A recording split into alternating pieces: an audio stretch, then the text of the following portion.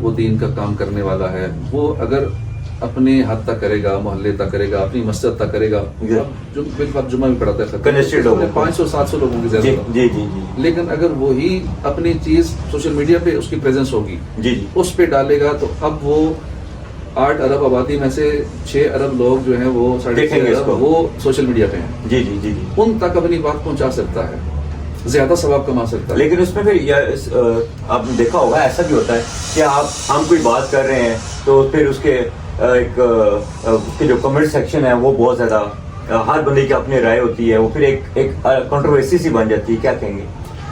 اصل میں جب ہم نے اللہ رسول کی بات کرنی ہے، ہم نے اپنی سیدھی بات کرنی ہے، نیکی کی دعوت دینی ہے، تو ہمیں تو کنٹروورسی یا اس پہ ویوز پہ تو اس پہ جانا ہی نہیں، ہمیں تو اپنی بات کرنی ہے، اپنا میسج پہنچانا ہے، میسج پہنچانا ہے، ہمارا کام پہنچانا ہے. انبیاء کرام کو یہ پہنچانا تھا، وما علینا الا البلاغ، ان کا کام صرف پہنچانا، منوانا تو ہمارا کام ہے ہی نہیں، ہمارا کام پہنچا دینا ہے اپنی بات اور صحیح بات.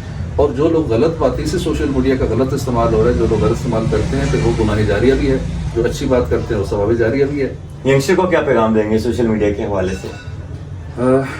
ینگسٹرز جس طرح بہت زیادہ انوالومنٹ ہو چکی ہے، ہاں، وقت کا زیادہ ہو رہا ہے جی صحیح. اب اگر کوئی میٹر کرتا ہے، F A B A M A کرتا ہے، اب یونیورسٹیوں میں یہ حالت ہے کہ داخلے کم ہوتے جا رہے ہیں، دنیا کی کئی یونیورسٹیاں بند ہو رہی ہیں. ہارورڈ یونیورسٹی نے کہہ دیا ہے کہ ہماری degree will be the only piece of paper after 2 years. ڈگریاں، سرٹیفکیٹ، یہ معاملات ختم ہو رہی ہیں. اب اے آئی بیسڈ ایجوکیشن دنیا میں شروع ہو رہا ہے. پنجاب گورنمنٹ نے اعلان تو کر دیا ہے، باقی بھی کر رہے ہیں، چائنا بھی اس طرف آ رہا ہے، باقی دنیا بھی اسی طرف آئے گی. اور کچھ ایسے ہیں جو اکا دکا شروع کر دیا ہے. یہ بیسڈ ایجوکیشن دنیا میں واحد سکول ہے، ہم نے بھی اپنے بچوں کو اس میں ڈال دیا. سال پہلے اسکول تو چھڑوا دیا تھا، لیکن آرٹیفیشیل انٹیلیجنس کیا چیز ہے؟ اس کا بڑا آج کل بڑا اسکوپ چل رہا ہے جسے کہتے ہیں. کیا یہ مطلب اس سے ہم کوئی مدد لے سکتے ہیں؟ بہت ساری مدد لے سکتے ہیں. اب یوں سمجھ لیں کہ یہ جس طرح پہلے ہم سفر کرتے تھے نا، حج پہ جانا ہے تو گھوڑوں پہ، اور کئی مہینے 8 مہینے سال لگ جاتا تھا. جی.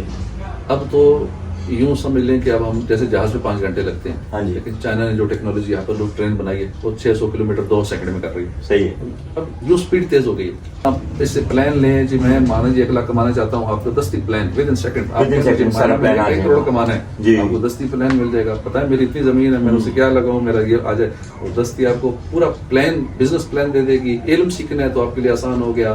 دینی مسئلے، میں بتا رہا ہوں ذاتی مجھے فائدہ اتنا ہوا، دینی مسئلے مسائل، کیونکہ پہلے مفتیان کرام بزی ہوتے ہیں، مصروف ہوتے ہیں، رابطہ نہیں ہو پاتا، رپلائی نہیں آ پاتا، تو ایک مسئلے میں ہمار جاتے تھے. یہاں پہ جسٹ 1 کلک سے آپ کا ہیلپ ہو جاتی ہے. چلا جاتا ہے، اور ہم اپنی مرضی کا، کیونکہ ہم جس طرح چاہتے ہیں کہ ہمیں یہ مسئلہ یہاں سے چاہیے اور اس مسلک کا اور اس حساب سے یوں چاہیے، تو ہم مل جاتا ہے، فتویٰ مل جاتا ہے. تو کیا ابھی آج کے دور میں بچوں کو جدید دور کے ساتھ اپنے آپ کو اس ماحول میں، اس ایکٹیویٹیز میں آنا چاہیے؟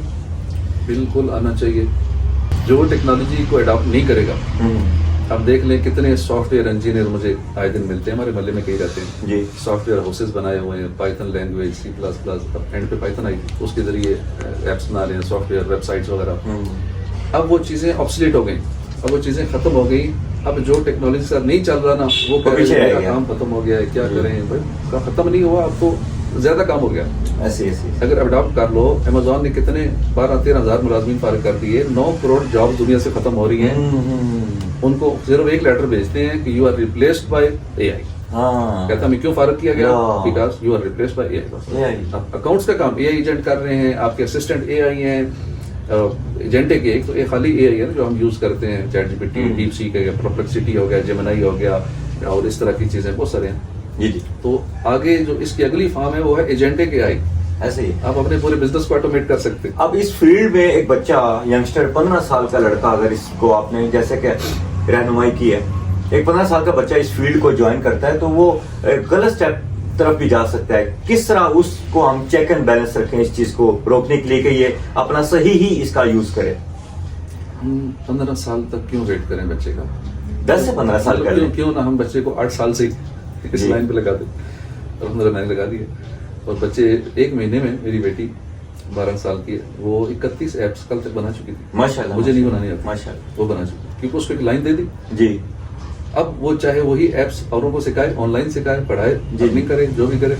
تو یہ ایک چیز بتائیں، درست انتخاب کرنا آپ کا ہے. اب بچوں پہ چیک اینڈ بیلنس رکھنا پیرنٹس کا کام. جی، یہ میں کہنا ایپس موجود ہیں نا، فیملی والی ایپس ہیں کہ آپ اپنے بچے کے موبائل پہ کنٹرول رکھ سکتے ہیں, اپنے بچے کے کمپیوٹر پہ کنٹرول رکھ سکتے ہیں کہ وہ کیا دیکھے کیا نہ دیکھے, کتنی دیر موبائل یوز کرے, کمپیوٹر کرے, کتنی دیر نہ کرے.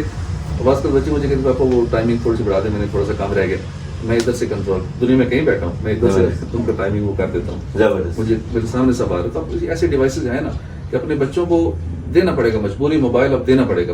لوگ ان کا سوچ یہ ہے کہ نہیں بچوں کو موبائل مت دینا, بھائی ابھی نہیں دیں گے, زبردستی وہ چھپ چھپا کے گاڑی لیں گے, یا 12-15 سال کے ہو گئے زبردستی لے ہی لیں گے.